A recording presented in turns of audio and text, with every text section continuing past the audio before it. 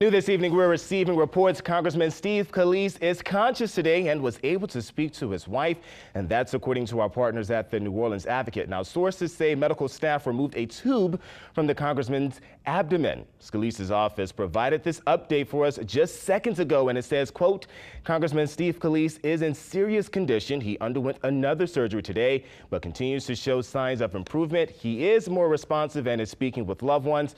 The Scalise family greatly appreciates the outpouring of thoughts and prayers. Scalise was one of 4 people shot earlier this week at a congressional baseball game practice. He was shot in the hip, and doctors say the bullet tore through blood vessels and internal organs and caused a lot of bleeding.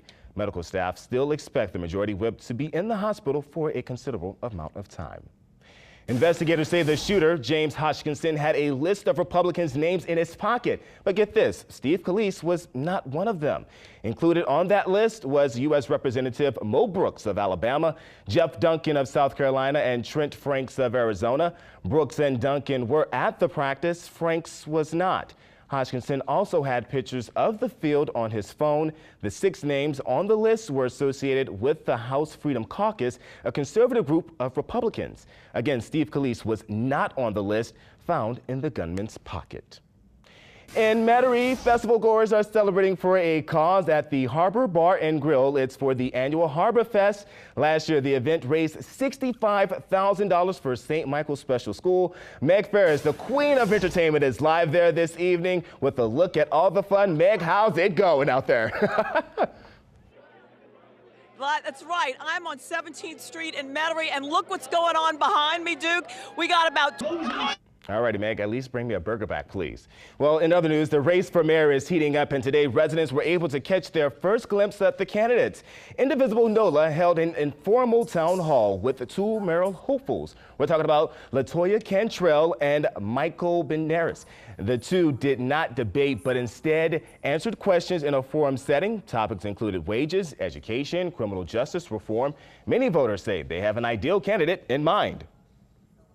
Is someone who is open, who looks at growing our city, but in a fair and balanced way for all of our citizens, who maintain our status as a sanctuary city and provides opportunity for all of our citizens. Mayoral candidate Judge Desiree Charbonnet was supposed to attend but canceled due to a scheduling conflict. State lawmakers managed to agree on a new budget for 2018. The Senate approved a $29 billion, that's with a B, $29 billion spending plan yesterday. The House passed the plan earlier in the week, and this measure will protect most agencies from budget cuts, and it will fully fund the TOPS program for the first time in 10 years. More than 38,000 state government workers will also get a 2% raise. That's good news there. Governor John Bel Edwards says he supports the plan. The 2018 fiscal year begins on July 1st. And now to one of our top stories on social media this evening. Rapper and New Orleans native Juvenile is behind bars after refusing to pay $150,000 worth of child support. He was arrested last night after a performance here in the Big Easy. A judge told Juvenile, a.k.a. Juvie, whose real name is Terrius Gray, he could spend 30 days in jail or pay the child support. Court records show the rapper was jailed in 2012 and 2013 and was told to pay $170,000 to Dion Williams, the mother of his son. And since then, he has only paid $20,000 of what he owed. City leaders are taking the initiative to get guns off the street and keep people safe. Councilmember Nadeem Ramsey hosted a gun buyback event today at St. Roch. Everyone was invited to trade in guns for a $100 gift card. Now, for assault rifles, people got a $200 gift card. The guns were handed in with no questions asked and is all part of an effort to reduce gun violence here in the Big Easy. Councilmember Ramsey says it's a small part of an effort to keep the community safe.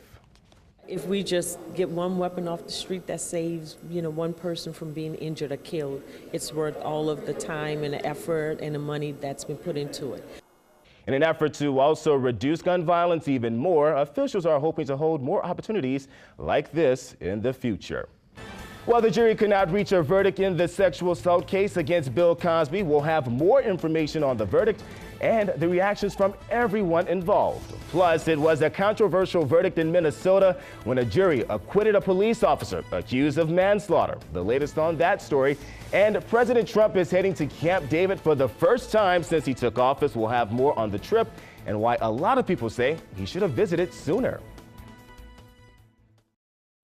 Welcome back. A Pennsylvania judge declared a mistrial in the case against Bill Cosby after a jury could not reach a verdict. Kenneth Craig has been following the case from Norristown, Pennsylvania. And Cosby is still charged with 3 counts of aggravated indecent assault and released on his own original bail. 18 protesters have been arrested after the officer who shot a man at a traffic stop in Minnesota was found not guilty of manslaughter charges. Philando Castile's girlfriend live-streamed the immediate aftermath on the shooting on Facebook. Castile told the officer, Geronimo Yanez, he had a gun. He reached in his pocket for his license, and that's when the officer shot him. Castile died from his injuries, and it was also announced that Yanez will not be a police officer for the city anymore.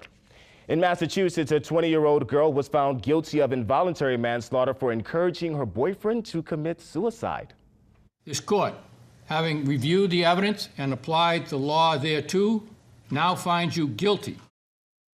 Michelle Carter was arrested at 17 after her boyfriend, Conrad Roy III, killed himself by inhaling carbon monoxide in his truck. In the last week of Roy's life, Carter sent dozens of text messages urging him to kill himself, all part of what prosecutors say was an attempt to gain sympathy and attention from classmates. Carter faces up to 20 years in prison. She is out on bail until sentencing, which will be held on August 3rd. President Trump is taking his first trip to Camp David this weekend. He left the White House this morning with his wife Melania and their son Barron. Mr. Trump has received a lot of criticism for spending his weekends at his private Florida and New Jersey resorts during his time in office. And at the same point in their presidencies, President Obama had spent 4 weekends at Camp David. President Bush had 11 trips, and President Reagan had made 8 trips to the retreat. Mr. Trump and his family will return to the White House tomorrow afternoon. While the Tigers are in Omaha this weekend for their first showing at the College World Series, we'll have a live report with a look at all the action. And the rain, please go away. Don't come again at all. Well, that's going to probably happen next week, but also get this, y'all, the tropics are heating up.